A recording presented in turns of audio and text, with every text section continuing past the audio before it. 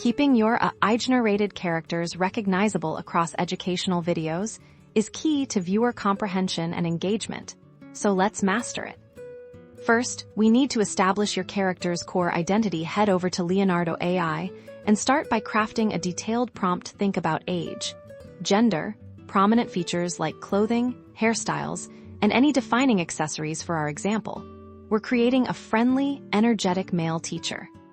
Be as specific as possible. For instance, male teacher, early 40s, short brown hair, thick black-rimmed glasses, wearing a vibrant blue polo shirt, friendly smile, holding a small chalkboard. Generate several options and pick the one that best embodies your vision.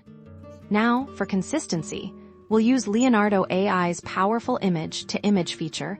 Upload your chosen character as a reference image. This tells the AI to base future generations on this exact look.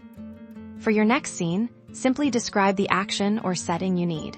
But importantly, do not change the core character descriptors. For our teacher, we'll ask him to explain an equation on a whiteboard while keeping all the original physical traits.